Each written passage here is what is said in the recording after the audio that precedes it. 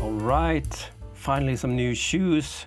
I've been riding my Shimano shoes forever now, since I actually got the RC 903, the new one in white, like a year ago, just when it was released.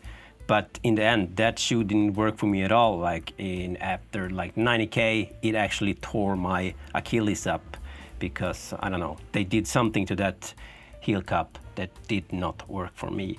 And I've been messing around with shoes, buying shoes and sending shoes back and anything. And I managed to try a bunch of Fizik shoes at the recent bike show in Tokyo, and I was surprised how well those fit, like straight out of the box. Especially they made this heel part a lot more comfortable for me than the new Shimano RC 903.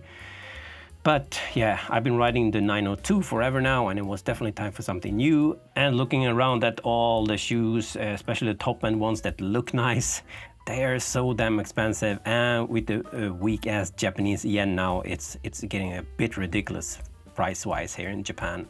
These are the Fizik Tempo Decos Carbon.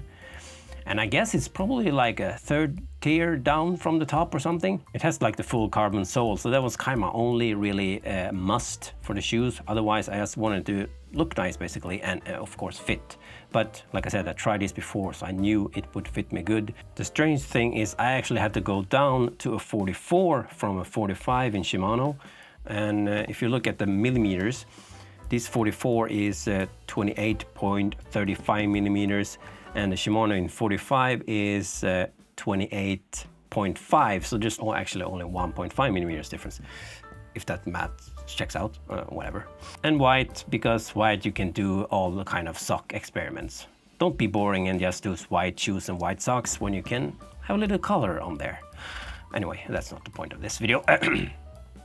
So I just want to check the weight, of course, and I wanted to kind of compare cleat placement as well. But it looks like we have a lot of fore-aft adjustment, just like we have with the Shimano. And if you see, my Shimano cleat setup is pretty damn far back, almost slammed. I think I have maybe like 0.5 millimeters left to mess around with. But just check the weight first. So one shoe is 254.5. And this is 253.7, so pretty close at least. Can I get both of them there? Maybe. Yeah, I can. So yes, over 500 grams for the pair. Now I have weighed the 903 in a different video, and I will insert that here because I think that's more relevant compared to the older 902. And of course, since this is not a top tier, it's actually a bit cheaper than the current top tier models. And obviously there's just one BOA to do all of these three adjustments. So if you're really picky with that, that might be an issue. I feel like this shoe fits my forefoot so good. I basically don't need any tension here, but people are different. So just want to check that cleat placement as well then. Try your shoes on the rug first. We can't return scuffed up soles. Now I'll just set up these to check the range. I will mess around with my actual cleat position later on. I always had the impression that Fizik were shoes that you didn't have so much range on compared to Shimano, but this actually looks to be quite a lot. So obviously you can't really do this like a scientific comparison. If you haven't seen the Japanese guy who makes all the cycling shoe videos, he has some proper measurements. But yes, visually looking here, I definitely have enough range to put these as far back as I want. And if I push them forward, yeah, see, I can have them a long way forward if I ever wanted that for some strange reason, which I don't. So going full back, just visually looking, I'm definitely in the same ballpark as Shimano, so that shouldn't be a problem. Actually, if I do like this, here it actually looks like I have more range backwards than on Shimano, but yeah, like I said, it's definitely not a scientific measurement, but I will say I definitely have the range that I need for my Cleat setup. So yeah, there we go. Yeah, I'm happy with this. Yes, one thing in terms of looks, if you look at the whole Fizik range, all the shoes over this one in terms of like the level or whatever you call it, like the top tier ones, all of them have kind of they have a black tongue, or this part is black and have a black bow or something. And this is kind of the only shoe that is fully white. That's one reason I really fell for this one, just to show you the insole, because people are obsessed with insole for some reason. They have this little bump in the middle, and from the little I've been using this, I didn't really feel it. And if you look here, it says AUX support, so I guess this means you have AUX support. But custom insoles always a possibility, as always. I have a few versions I might try, but for now, yeah, looking forward to trying this out on the road and see if I can keep them clean. Okay, just a little bonus tip. If you have white shoes and suffering from toe overlap like I do, especially when you shove your cleats all the way back.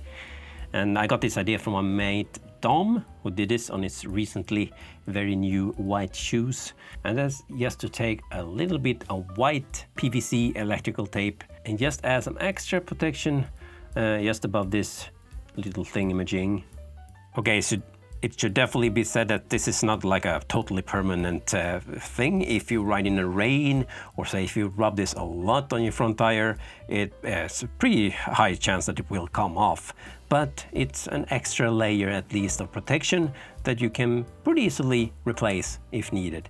I'm definitely not claiming that this will solve world hunger, but at least the first couple of months might keep your shoes a bit more neater, at least mine. All right, a few weeks later, and probably around 7-8 rides later, and I will say I didn't actually think I would include that part about the tape, but it had actually worked out pretty good and it hasn't come off. It maybe on this shoe it has started to peel a little bit, but I'm surprised how well it worked actually. And the good point about this is, like, if you get it really scuffed out, you can just remove that part like so and replace it with a fresh new bit. And while we're at it, I will say these shoes are super easy to clean as well. I just use an old rag or something, a little bit of alcohol, or even just soapy water is fine. And it's really easy to, yeah, get the muck off. And of course, the sooner you do this after each ride, the better. So yeah, white PVC tape works a treat. And I'm sure some people might want to know exactly which tape this is. And this is actually a 100 yen store PVC electrical tape. So it's basically the cheapest thing you can find out there. I will say, depending on what the actual upper is on your shoes, might be better or worse. For this particular shoe, I'm surprised how well it worked. Anyway, let's not drag this out longer than we need to. The video was too long anyway. Catch you in the next one. Peace!